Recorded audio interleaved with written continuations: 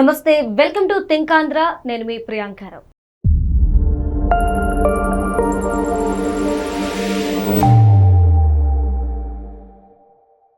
Fertility centres వాస్తవానికి ఈ centres వచ్చాక చాలా మంది జీవితాలు బాగుపడ్డాయి, ఎంతో మంది జీవితాల్లో సంతోషాలు నింపారు. కానీ ఇప్పుడు ఇదొక స్కామ్ అని తెలిసిన తర్వాత అందరూ ఆశ్చర్యానికి గురవుతున్నారు. వాళ్ళకు పుట్టిన బిడ్డలు ఎవరి బిడ్డలో తెలియక సతమతం అవుతున్న పరిస్థితులు నెలకొన్నాయి. అంటే ఒక ఫెర్టిలిటీ సెంటర్ వెనకాతలు ఇంత పెద్ద స్కామ్ జరుగుతుందా అనేది ఒక ఎత్తు అయితే, ఇంకొకటి ఏపీలో జరిగింది ఇన్సిడెంట్.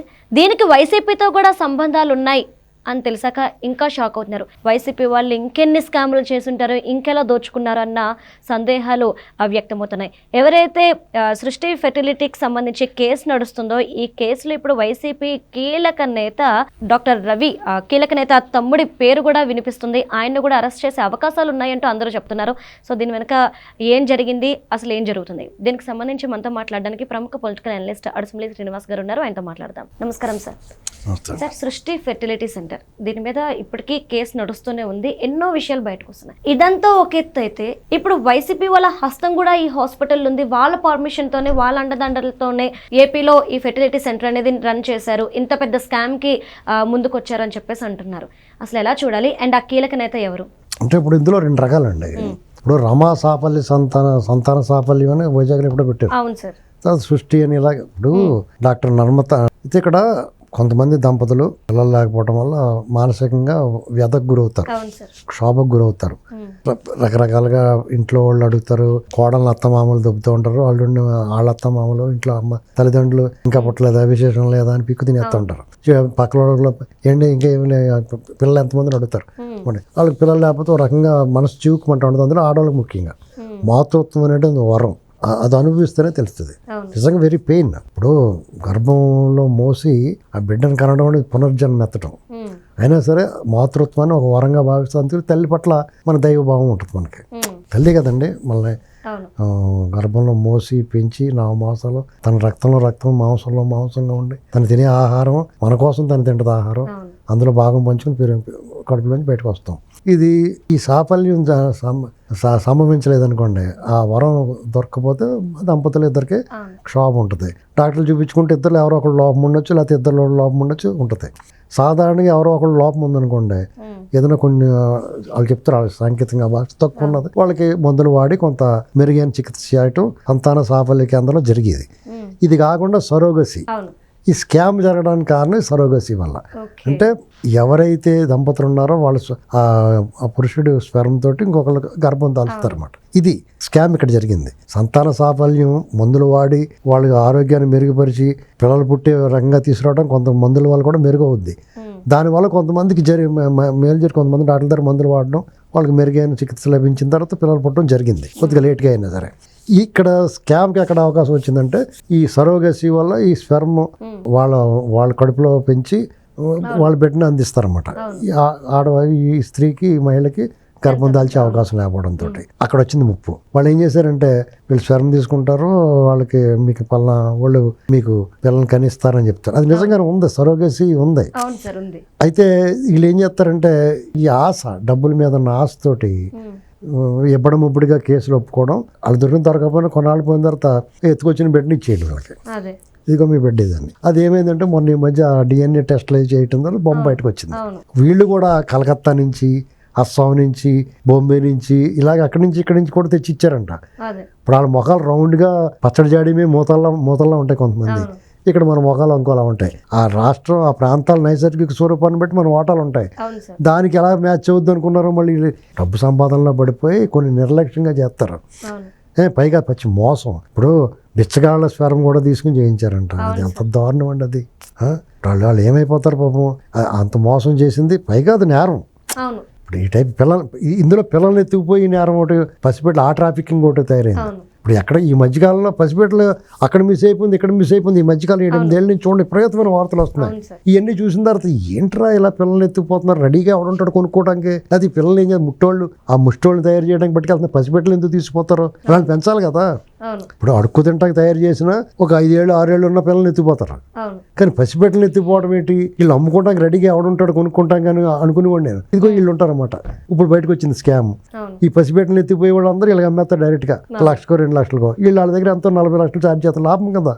ఉమ్, ఈ సరోగసి గర్భం దాల్చడం ఇవన్నీ లేకుండా టకాలు ఇన్స్టెంట్గా ఇదిగో తీసుకొని బాబుని ఇచ్చేస్తారన్నమాట. అవును ఇది పరిస్థితి. కాబట్టి ఈ విషయంలో వాళ్ళు చాలా కఠినాతి కఠినంగా శిక్షించాలి. ఉమ్, ఆవిడ అరెస్ట్ అయినప్పుడు నర్మతారెడ్డి గారు బయటకు వెళ్తా ఏం చేస్తాం, డబ్బుల కోసం చూస్తే ఇలాగే ఎదుర్కోవాల్సి వస్తుంది, కూడా ఏది రాదని వైరాగ్యం మాటలు మాట్లాడుతున్నారు. అవును అవును ఇంత పచ్చి మోసం చేసినట్టు తెలియదా, ఒకళ్ళ ఇంట్లో వాళ్ళు చెప్తే కూడా అడ్డుకోవాలని తెలియదా. ఉమ్, దానికి మళ్ళీ సాక్షిలో ఈ పేర్లు కులం తీసుకురావటం ఇవన్నీ న్యూసెన్స్ అండి. అవును ఇక్కడ వైజాగ్ కేజీహెచ్కి సంబంధించిన స్కామ్లో వాసుపల్లి గణేష్ తమ్ముడు ఉన్నాడు అంటున్నారు. అవును సార్ మీకు ఒకటి అర్థమవుతుంది ఏంటంటే, పచ్చి నేరస్తులు వైసీపీలో అన్నా ఉంటారో లేదా వైసీపీలో చేరిన తర్వాత నేరస్తులుగా మారుతారు. ఇది అర్థమవుతుంది. ఉమ్, ఎందుకంటే వాళ్ళకి ఒక అదనపు క్వాలిఫికేషన్ అన్నమాట.